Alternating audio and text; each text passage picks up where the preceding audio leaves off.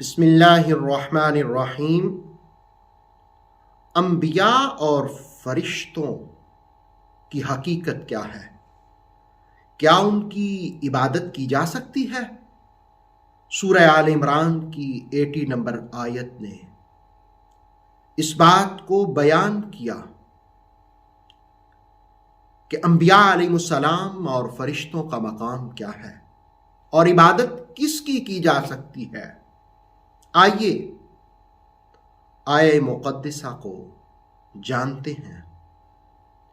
ارشاد باری ہے وَلَا يَأْمُرَكُمْ، اور وہ تمہیں یہ حکم بھی نہیں دیتے أَن تَتَّخِذُوا، کہ تم بنا لو الْمَلَائِكَةَ، فرشتوں کو، وَالنَّبِيِّينَ، اور نبیوں کو، أَرْبَابًا، رب۔ وَلَا يَأْمُرَكُمْ أَن تَتَّخِذُوا الْمَلَائِكَةَ وَالنَّبِيِّينَ أَرْبَابًا، اور وہ تمہیں حکم نہیں دیتے کہ تم بناؤ فرشتوں کو اور نبیوں کو رب۔ Nor would that messenger ever command you to take and prophets as Lord.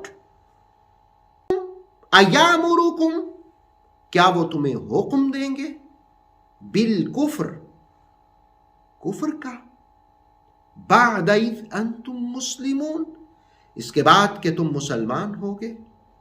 أَيَأْمُرُكُمْ بِالْكُفْرِ بَعْدَ اذ انتم مسلمون، would he command you now to disbelieve after you have become Muslims؟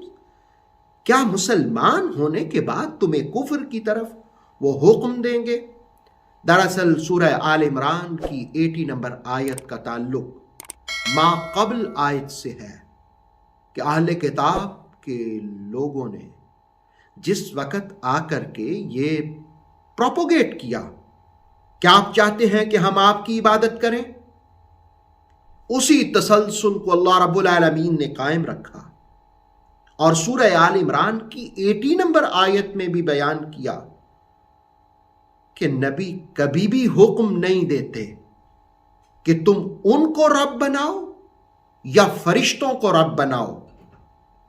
اللہ وحدہ لا شریک ہے، اور انبیاء علیہ السلام تمہارے مسلمان ہونے کے بعد تمہیں کفر کا حکم نہیں دیتے ہیں۔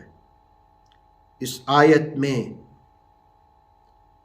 شخصیت پرستی کی تردید کی گئی کہ انبیاء علیہ السلام شخصیت پرستی کے لیے تشریف فرما نہیں ہوتے، اور قرآن مجید کی یہ آیت شرک کی نفی بھی کرتی ہے اس انداز میں کہ اللہ وحدہ لا شریک ہے، عبادت کے لائق صرف وہی ہے، اسی کی عبادت کی جائے گی، اس کے سوا کسی کی عبادت نہیں کی جائے گی۔ فرشتے رب کی مخلوق ہیں، ساری مخلوقات میں اعظم ترین مخلوق، اعظم ترین ہستیاں وہ انبیاء علیہ السلام ہیں، لیکن انبیاء بھی رب ہی کے سامنے جھکتے ہیں۔ اس سے گزشتہ آیت میں آپ جان چکے ہیں کہ نبیوں کے امام بھی ہوں، رسولوں کے تاجدار بھی ہوں، خاتم النبیین بھی ہوں، وَرَفَعْنَا لَكَ ذِكْرَكَ کا مصداق محمد مصطفیٰ کریم علیہ السلام بھی ہوں۔ تو ان سے جس وقت کوئی شخص کہے کہ کیا ہم آپ کو سجدہ کریں، تو رسول اللہ علیہ السلام آگے سے فرمائیں معاذ اللہ، میں اللہ کی پناہ چاہتا ہوں، تم نبی کا مقام پہچانو، تم ان کے حقوق ادا کرو۔ نبی کے حقوق کیا ہیں؟ ان کی پیروی کرو۔ نبی کے حقوق کیا ہیں؟ ان کی اطاعت کرو۔ نبی کے حقوق کیا ہیں؟ ان کی اتباع کرو۔ نبی کے حقوق کیا ہیں؟ ان سے محبت کرو۔ نبی کے حقوق کیا ہیں؟ جس طرح وہ اللہ کی بندگی کرتے ہیں تم اللہ کی بندگی کرو۔ نبی کے حقوق کیا ہیں؟ جس طرح نبی اپنا سر، اپنی پیشانی رب کے سامنے جھکاتے ہیں تم بھی اسی طرح جھکاؤ۔ گویا نبی کی عبادت نہ کرو بلکہ نبی کی اطاعت اور اتباع میں رب کی عبادت کرو۔ اور پھر اس آیت میں انبیاء علیہ السلام کی عصمت کو بھی بیان کیا،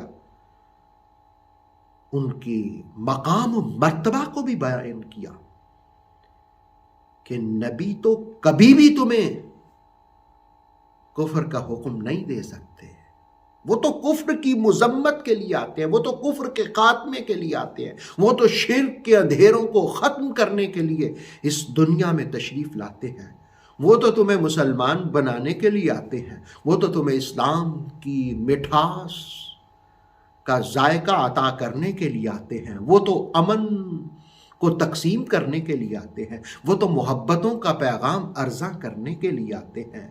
ان کی چاہت تو یہ ہوتی ہے کہ یہ دنیا امن محبت پیار کا گہوارہ بن جائے اور ساری انسانیت اپنے رب کے سامنے اپنی پیشانیوں کو جھکا لے اور سارے انسان ایک دوسرے انسان کا مقام و مرتبہ سمجھ جائیں۔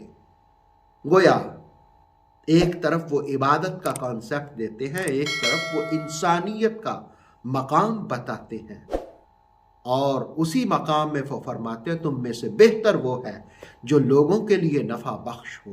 اللہ رب العالمین کی بارگاہ میں التجا ہے کہ اس آیت کا میسج سمجھ کر ہمیں اپنی بندگی کی توفیق عطا فرمائے۔ اوتھینٹک اسلامک نالج کے لیے نور وحی یوٹیوب چینل کو سبسکرائب کیجئے، بیل آئیکن کو بھی لازمی پریس کریں۔ نور وحی کے فیس بک پیج، ٹک ٹاک اور انسٹاگرام کو بھی فالو اور لائک کیجئے تاکہ ہماری ہر نئی آنے والی ویڈیو آپ تک بر وقت پہنچ سکے۔